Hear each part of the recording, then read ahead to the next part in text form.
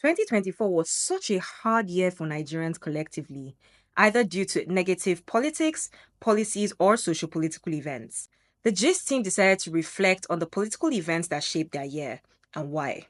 Of 2024 was the government's decision to revert to the old national anthem. Now, among other things, a line in the anthem, though tongue and tribe may differ, in brotherhood we stand. Now, while that's great, it highlights a deeper problem that Chinua Achebe talked about in his book, The Problem with Nigeria, and that's performative unity. We also saw how the 2023 elections exposed tribalism in ways that we hadn't seen before, and this rings true up until today.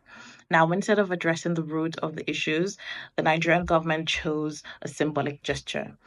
Also, the speed in which the bill was passed shows the priorities of this government, and doing it so close to Democracy Day just seemed like a deliberate attempt to distract from the worsening economic crisis. The socio-political event that shaped my 2024 was the alarming rise in femicide and gender-based violence that continues to plague Nigeria till today.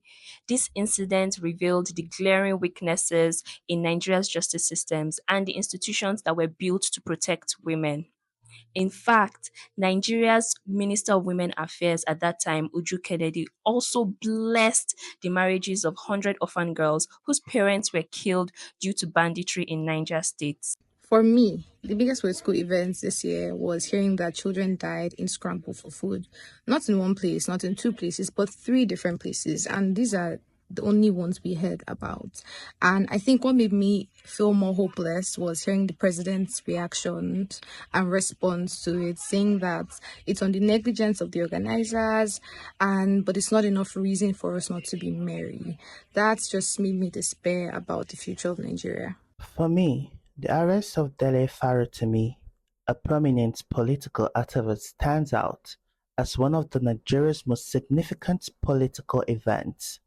Dele was detained for exposing corruption, with the government labeling it defamation and cyberbullying. This wasn't an isolated incident. In August, peaceful protesters, many minors, were detained during protests over the escalating cost of living crisis.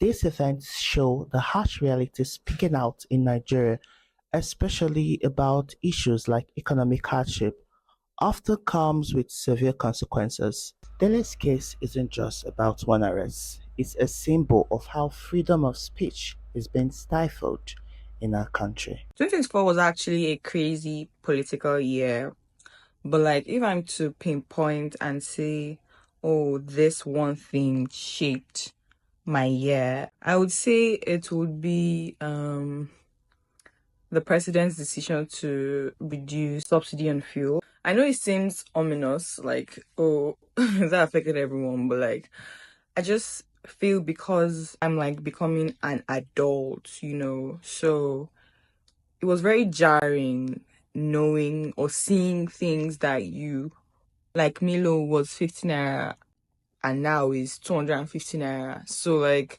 it's like, what? So that was a very huge, oh my god, what is happening moment for me, because it was like, okay, things are actually going downhill.